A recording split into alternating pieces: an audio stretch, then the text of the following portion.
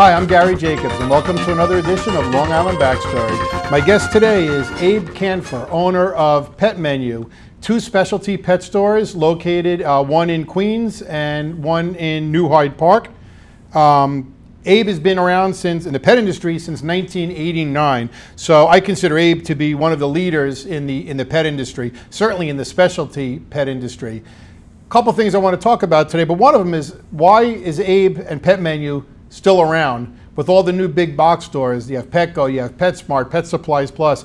Every retailer sells pet products. What is it that makes Pet Menu a place where people still come and is still a thriving business? So there's two aspects you want to take. One is why his business is so successful still and continues to grow. I also want to learn about why should people go to a specialty pet store. Abe, welcome to the show. Thank you, Gary. A couple questions. First of all, what made you get into the pet business? Well, it was time for me to have a business of my own in 1989. There was an opportunity presented out of a distress situation. I was working in a real estate development company, one of the largest in New York, doing co-op condo conversions, and 1989 was the market crash. So after that, I decided, instead of me getting back into the real estate market at that point in time, let me do something that I love. I love dogs, I love animals, and let me get a business of my own. So I ventured out and decided to choose a retail location based on some statistics and foot traffic, and came up with our first store in Bayside, New York. Now back then, there wasn't really, pet stores weren't all over the place. You know, I think people bought Purina dog chow, right? Oh well, it was a lot of supermarket shoppers. It was sort of the there was no specialty pet business at that point, was there? There were some. It was a young industry still at that time. There were a couple of big players that were starting to emerge, and some chain stores that started to emerge in a larger footprint. But what there really wasn't was a store that represented what the consumer really needed or wanted. But did they know they needed it? Well, they didn't at that point in time. At that point in time, it was go to the supermarket, get Alpo, get we saw the something commercials. Off the shelf. Right. It was strictly based on commercial advertising.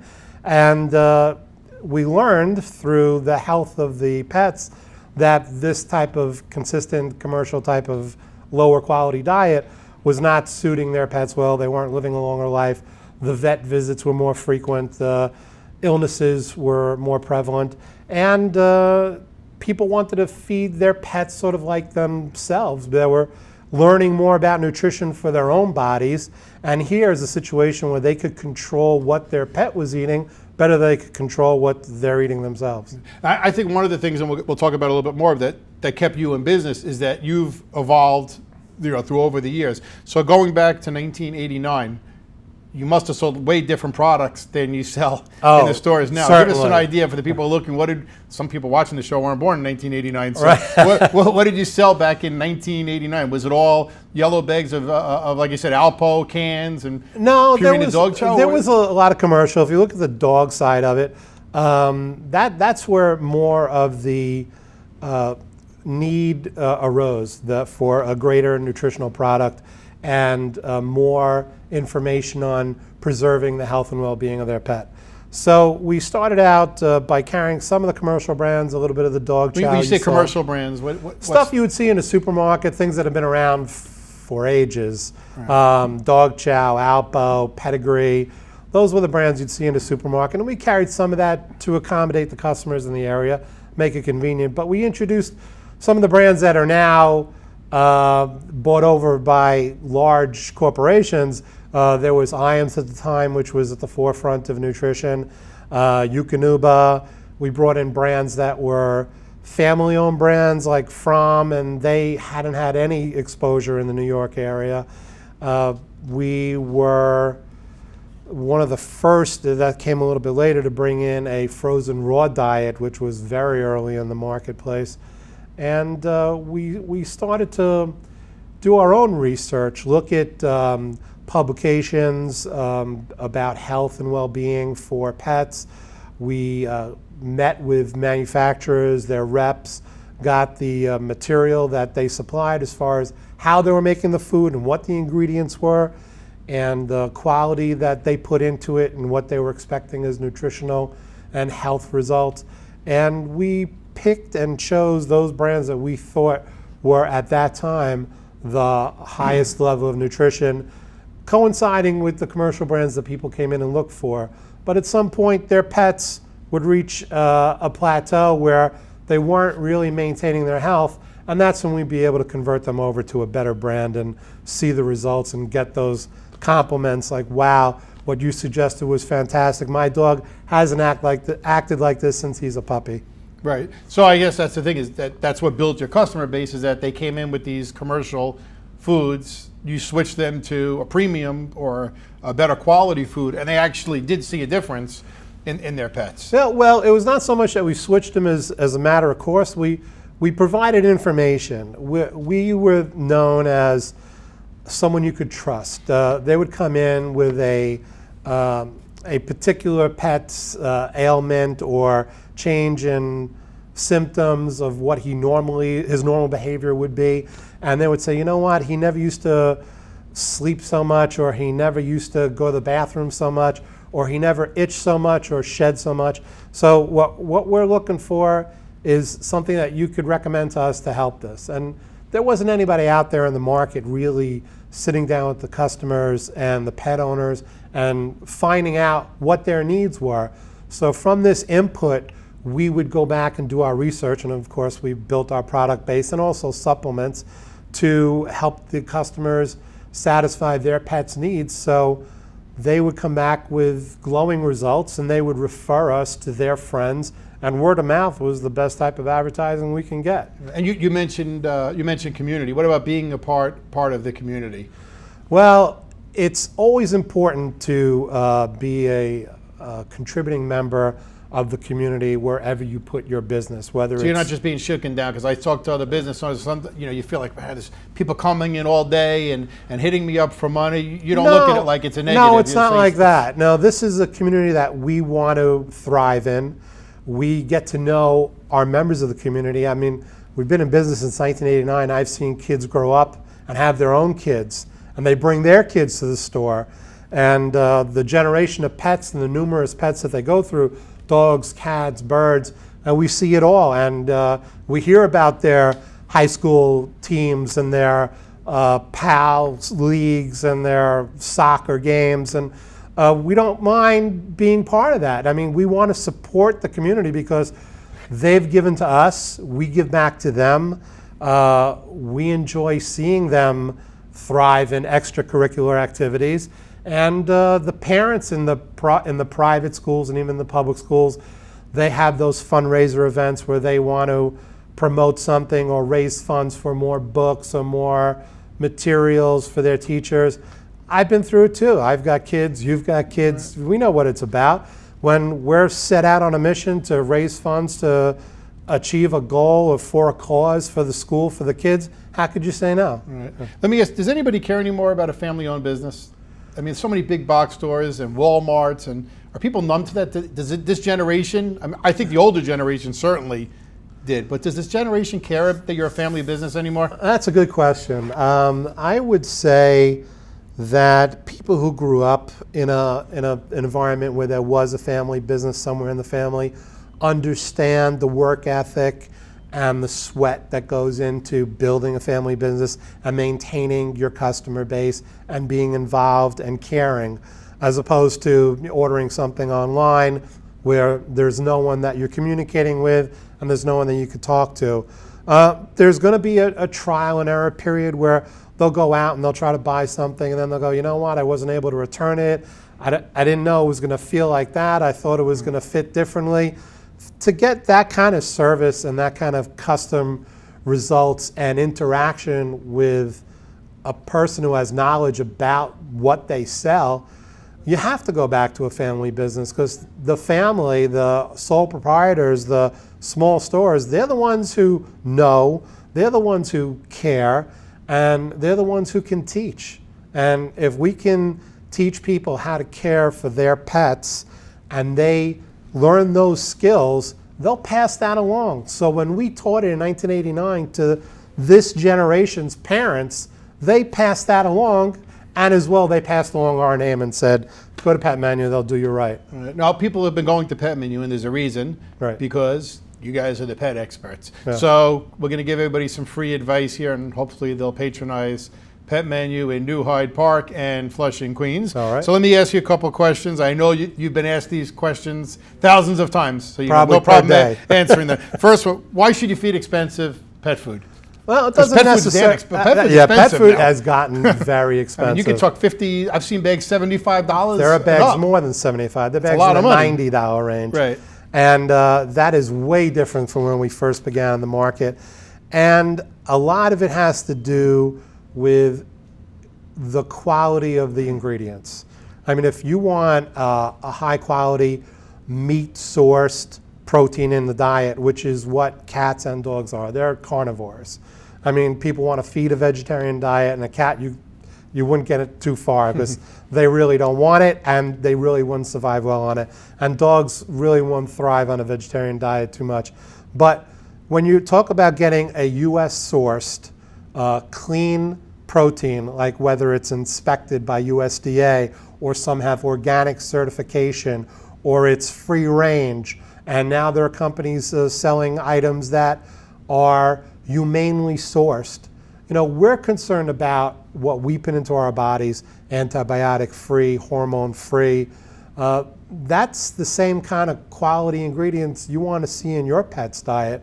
I mean, this is something that you control. It's not as if your dog or cat is going out in the car and buying their own food. You have to provide for them, so it's your obligation and responsibility to actually do the best that you can. And the pet owners that come into stores like ours, they're looking to do the best that they can for their pet. They're not raising that old junkyard dog that was guarding the premises and no one cared about him. Part of the family. Right. It's a member of the family. In some instances, these are their children. They don't have the children. These are the children, or they're raised with their children as another child.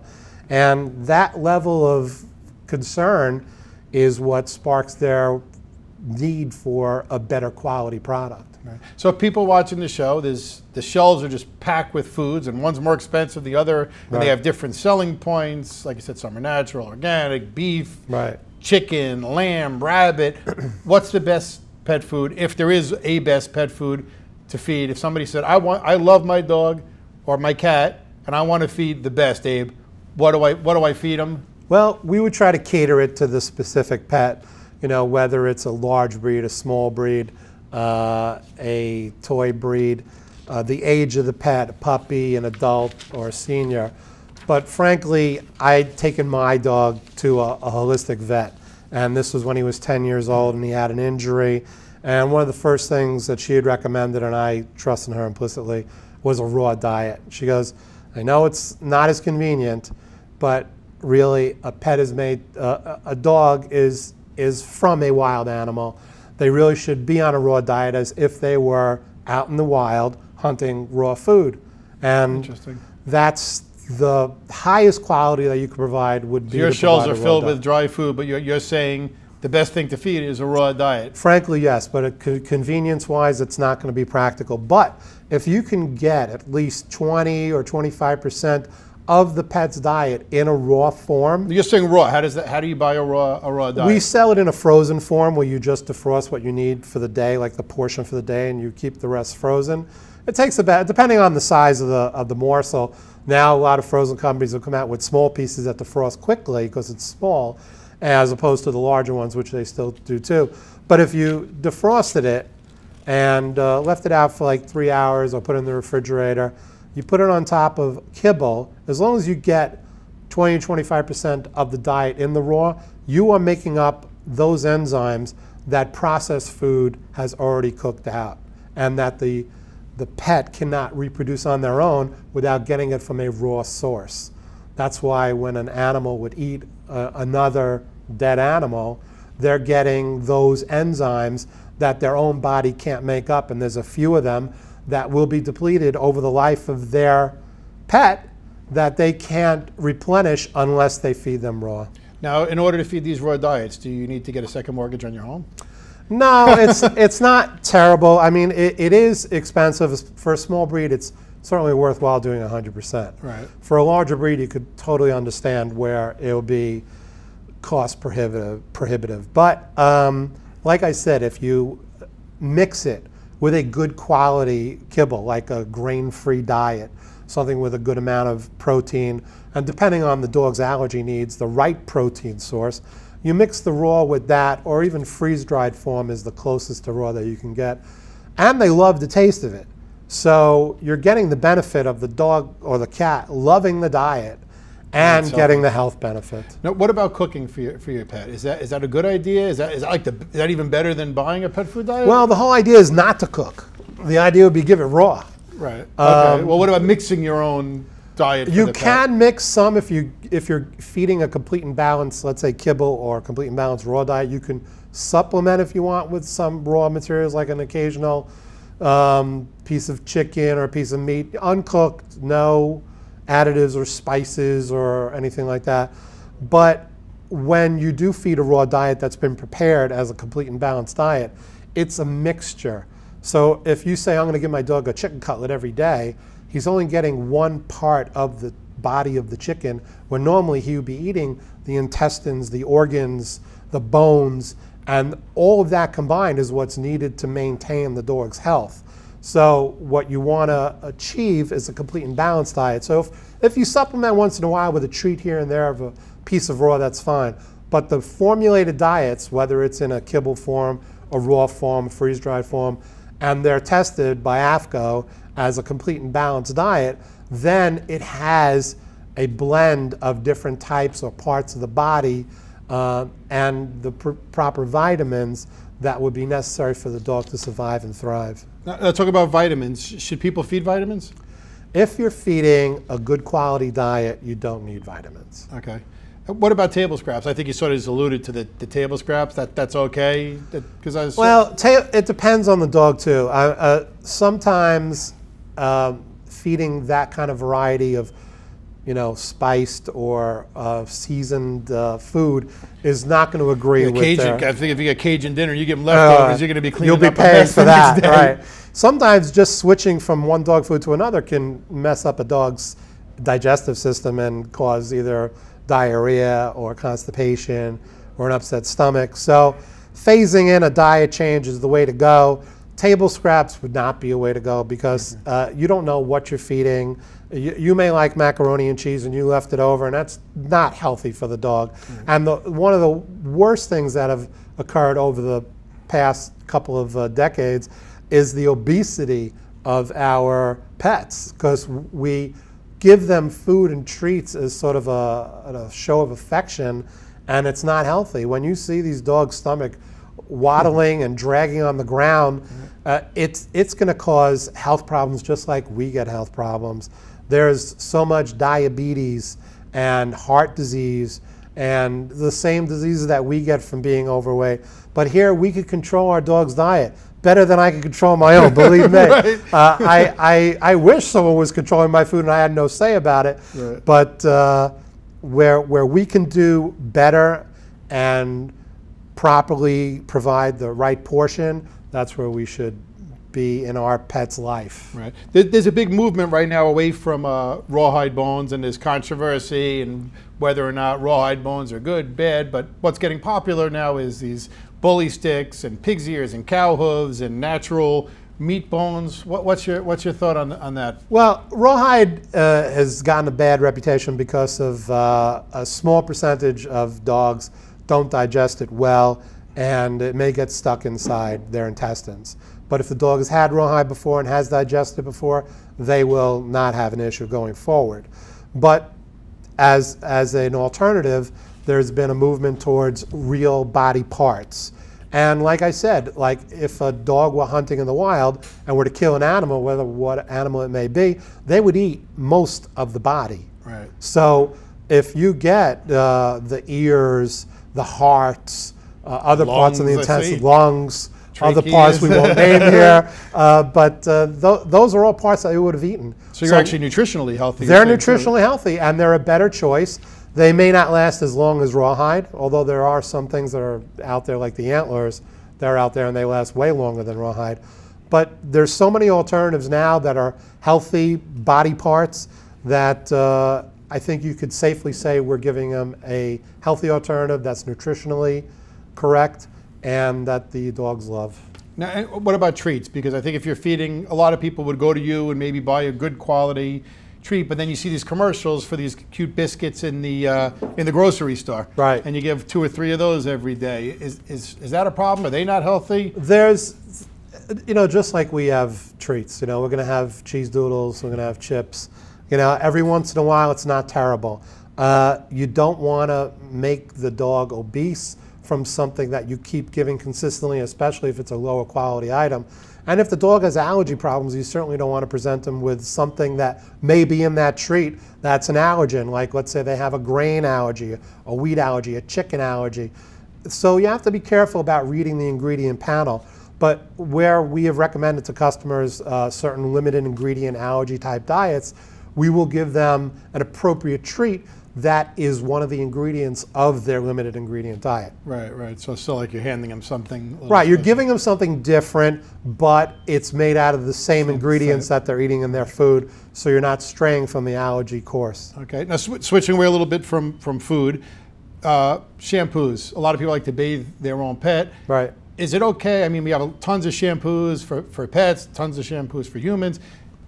Can we just take our own human shampoo and do the dog, or is there a difference between a human shampoo and a dog or a cat shampoo? Well, there's a difference between a human and a dog and cat shampoo, and there's a difference between the types of shampoos in the dog cat category.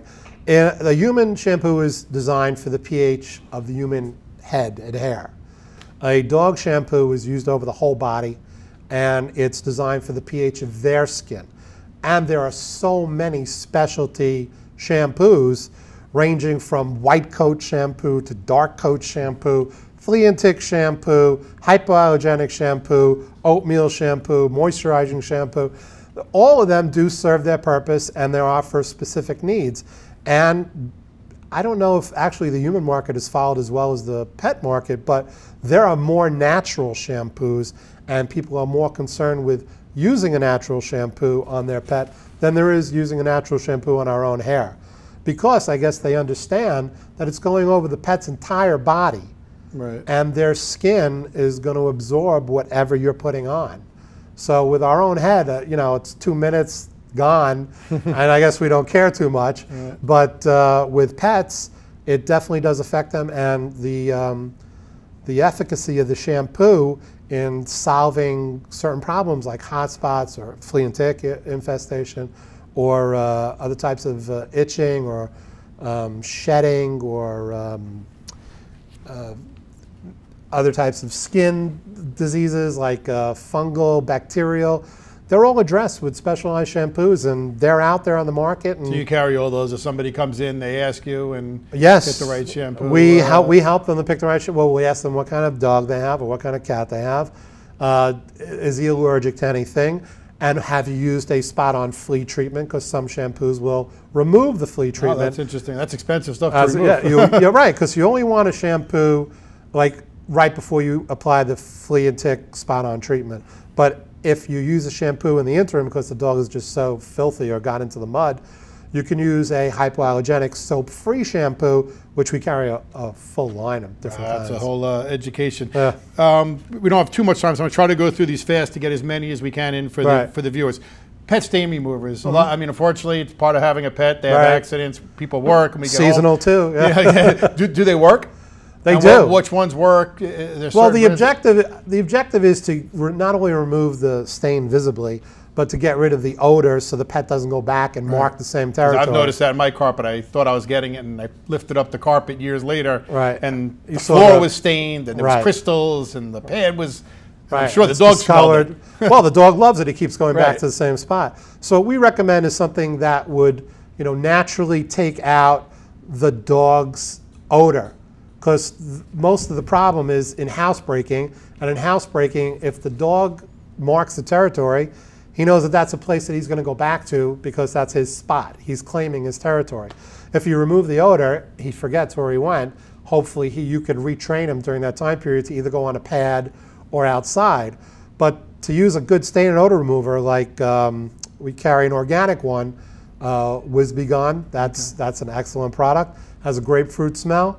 They're something that's pleasant for us to, you know. So you're saying you wouldn't use a household detergent that you buy in the grocery store? No. Just pour it on that. It's got to be a specific. No. I don't want people to tell us they've done all that. They've gone to like steaming companies and the dog is still going back to the same spot. And then we'll tell them, you got to use a specific pet product to go and kill those stains and odors with the enzymes that will remove that, so that the pet doesn't go and recognize it. No, really, it's not a scam. You really need the right. You really do, yeah. And we use it frequently in the store. You can imagine how many dogs come in and accidents make throughout the store. Right. And if we didn't take care of those kind of stains and odors, the whole store would smell like urine. Right. So obviously, I have so many questions I want to ask you. People are gonna have to come to the store to get most of them. But one of the questions I want to ask is, what about a barking dog? What can you do to stop a dog humanely from barking?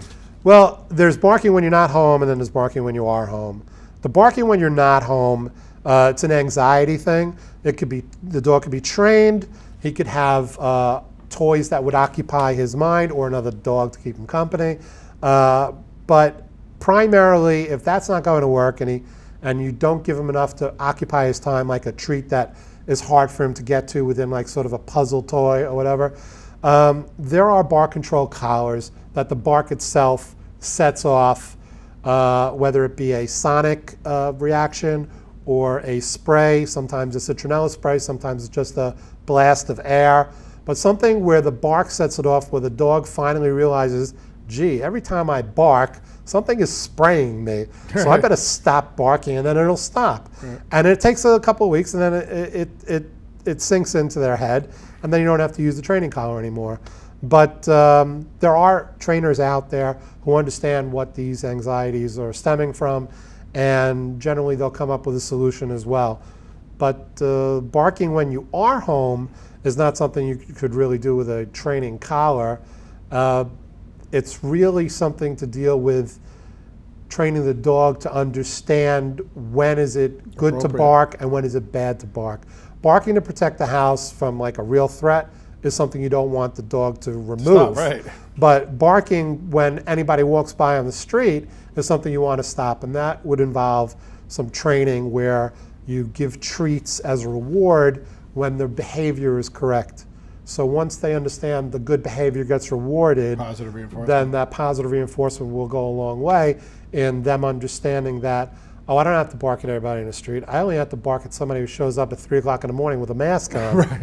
Great. Well, Abe, I thank you for coming. Your wealth of information, I guess almost 30 years doing this.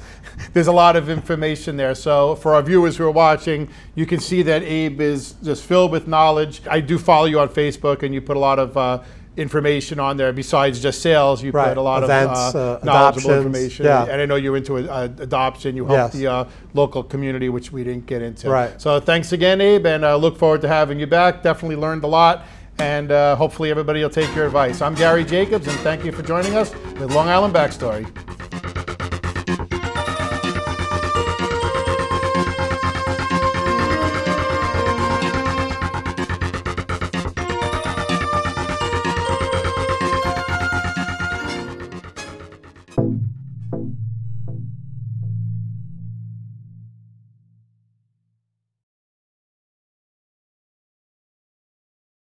Long Island Backstory is made possible in part by Pet Menu, 191-15 Northern Boulevard, Flushing, New York, 718-939-4738, and 743 Hillside Avenue in New Hyde Park, 516-352-4738.